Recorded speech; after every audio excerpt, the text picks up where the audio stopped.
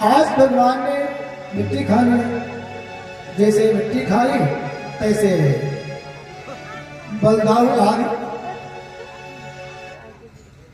जो गोपाल थे दौड़े दौड़े आए, मैया से बता दिए कृष्णे मदम भक्षितवान इत्यम निवेदितम। आज कृष्ण ने मिट्टी खाई है ऐसा माता से कहा।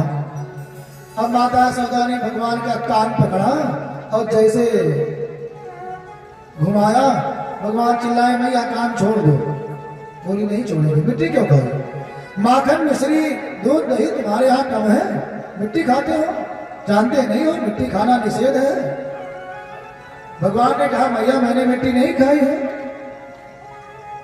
नाहं भक्षितवान सर्वे मिथ्या विशंसिनः। मैया मैंने मिट्टी नहीं खाई, ये सब सब झूठ बोल रहे हैं। मैया ने कहा अच्छा केवल तुम ही सत्यवादी हो, बाकी सब झूठे हैं। चलो गोपाल झूठे हैं, क्या तुम्हारे बड़े भैया बलराम भी झूठ बोल रहे हैं? अब भगवान कैसे कह दे बड़े भैया झूठे हैं? बात को घुमा दिया भगवान ने। मैया अगर आपको विश्वास नहीं है, यदि सत्यम गिरस्तर ही समक्षम पश्चिमे मुखम, अगर आपको विश्वास नहीं है तो मेरा मुंह देख लो, हम कैसे कहें बलदाऊ भैया झूठा है? भगवान ने जैसे मुंह फैलाया तैसे ही सारा ब्रह्मांड भगवान के मुंह में चराचर दिखाई पड़ने लगा। पूरा संसार मैया ने देखा, घबरा करके आंखों को फिर बंद कर दिया। भगवान ने मुंह इसलिए खोला, सोचा कि जब दूध पी रहे थे तब मैंने मुंह खोल करके ब्रह्मांड का दर्शन कराया था, तो मैया ने अपनी आंख बंद कर लिया था। तो आज फिर लाओ दर्शन कराएं, आज भी आंख बंद कर लेंगी तो मेरे मुंह की मिट्टी नहीं देख पाएंगे। भगवान ने एक भाव ये भी है और दूसरा भाव संत जन कहते हैं कि हे भैया जिस धरती का भार दूर करने के लिए हम आए हैं, वो धरती का स्वाद कैसा है, धरती का इसमें स्थिति कैसी है, कितनी पीड़ा में है, ये जानने के लिए मैंने खाया। भगवान ने आज मिट्टी खाई और आंगन में सुंदर खेलते हैं। आज गोपी के यहाँ पहुंचे, गोपियों ने मक्खन खिला दिया। दूसरे के यहाँ का मक्खन ज्यादा अच्छा लगा भगवान को। भगवान ने छोटे छोटे बालकों को एक मंडली बना करके बुलाया कि हम लोग आज किसी के यहाँ मक्खन खाएं। भक्त वालों ने मना कर दिया, भैया हम ये काम नहीं कर पाएंगे। गोविंद अकेले पहुंच गए। एक गोपी के यहाँ पहुंचे मक्खन खाने के लिए, लेकिन और भी वहां पर ऐसे काम कर दिए कि गोपियां आई भगवान का उलाहना लेकर के मैया यशोदा के पास। मैया तुम्हारा लल्ला मेरे यहाँ मक्खन खाता है और ऐसे ऐसे कार्य करता है कि पूछो ना क्या करता है। वसान मुंचत क्वचिद समय क्रोश संजात हासः स्तेयं स्यात् वक्तधिपयः कल्पितस्ते योगे। मैया ये मेरा बछड़ा खोल देता है। मैया ने कहा ठीक करता है, धूप में रहता होगा तो खोल देता होगा। नहीं भैया, छांव में रहता है वही बछड़ा खोलता है। जैसे दूध धोने का समय होता है, बछड़ा खोल दिया, सारा दूध पी गए। अच्छा इतना शरारती मेरा लल्ला हो गया है, अभी बताते हैं। और तो कुछ नहीं करता है ना। गोपियों ने कहा पूरा उलाहना सुन करके तब एक साथ में दंड देना। मैया ने कहा तो डांट दिया करो। गोपियों ने कहा डांटती हूँ, क्रोध संजात हासा, ये हंस करके भागने लगता है, बस मेरा क्रोध समाप्त हो जाता है।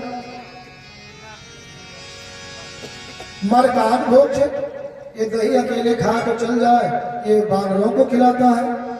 इतना दही थोड़ी है कि हम बानरों का भंडारा करेंगे। मरकान भोक्षित चेन नास्त भांडम भिनती, अगर मैं मक्खन दही दूध छिपा देती हूँ तो जितने मेरे बर्तन हैं हड़िया गदरी ये सब फोड़ देता है।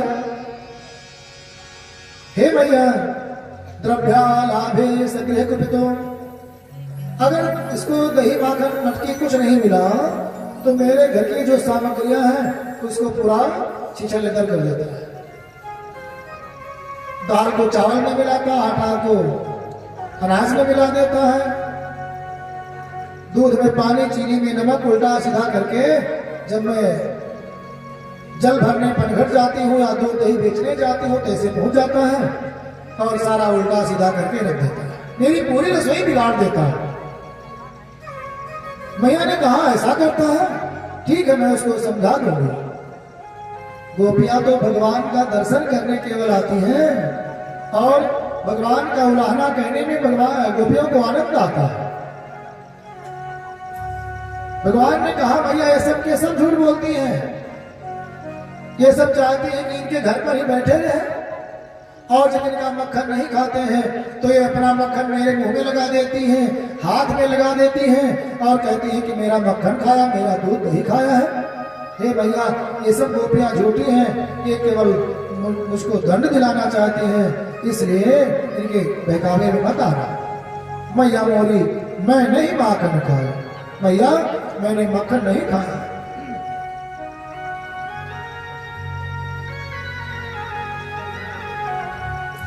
आज भगवान ने एक अपने साथी की एक मंडली बनाना चाहा कि एक रहेंगे तो नेक रहेंगे, बटेंगे तो कटेंगे।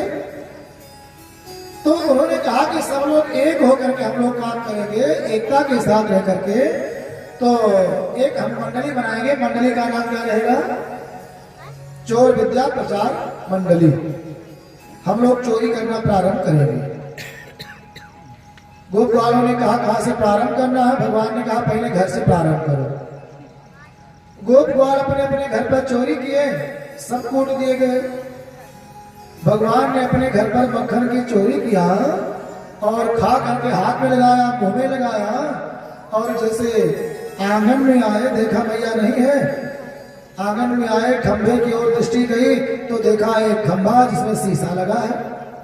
मैया चुपके से दूर से देख रही थी, शीशा में अपना ही स्वरूप देखा। भगवान को लगा कोई और बालक आ गया, सोचा है तो देख लिया मुझे, मैया से बता देगा। जल्दी से पहुंच गए, हाथ में जो माखन था उसी चित्र को खिलाने लगे शीशा में। जब ये खिलाने लगे तो वो भी हाथ लपकाता है, बढ़ाता है।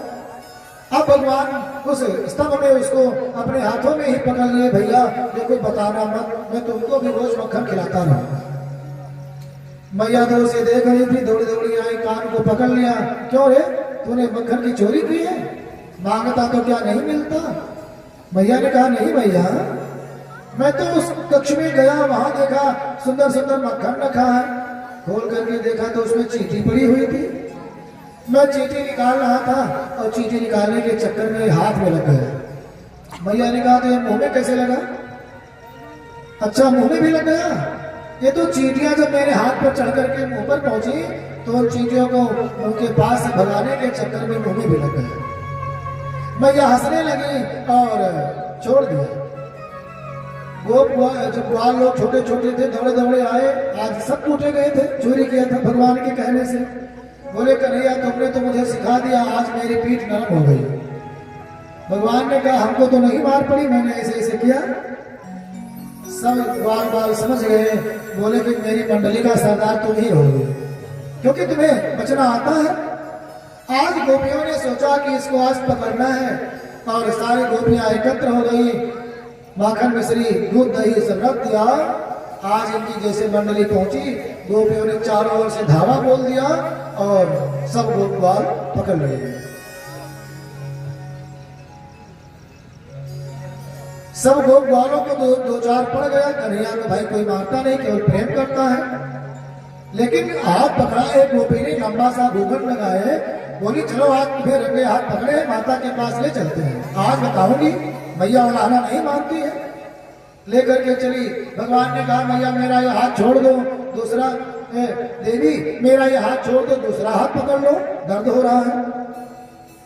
गोपी ने पीछे मुड़कर बिना देखे ही हाथ जो बदलना चाहा।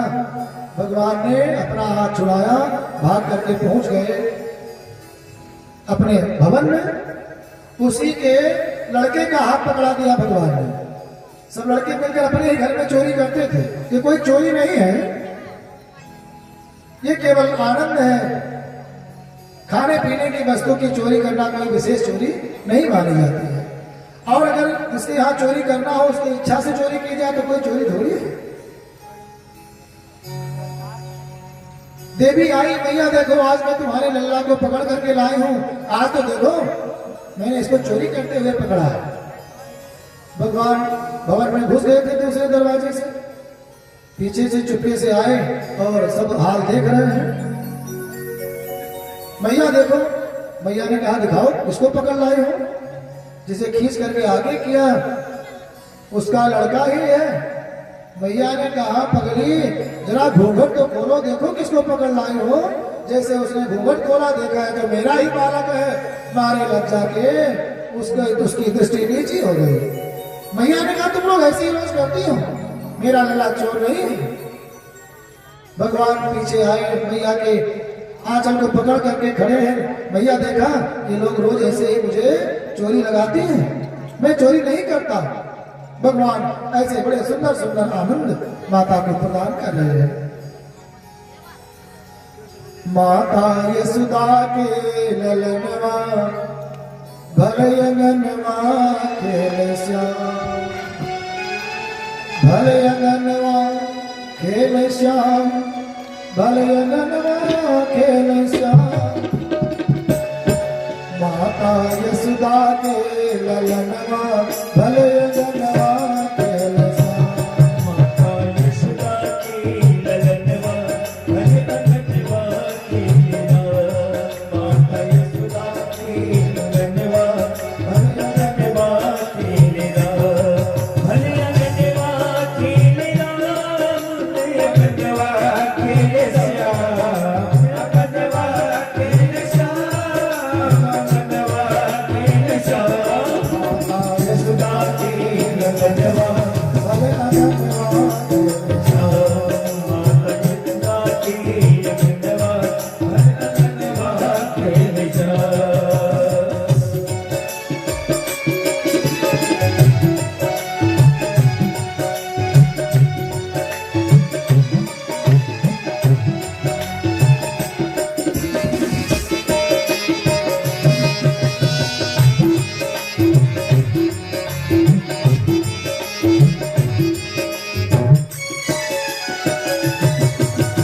घूंघट वाली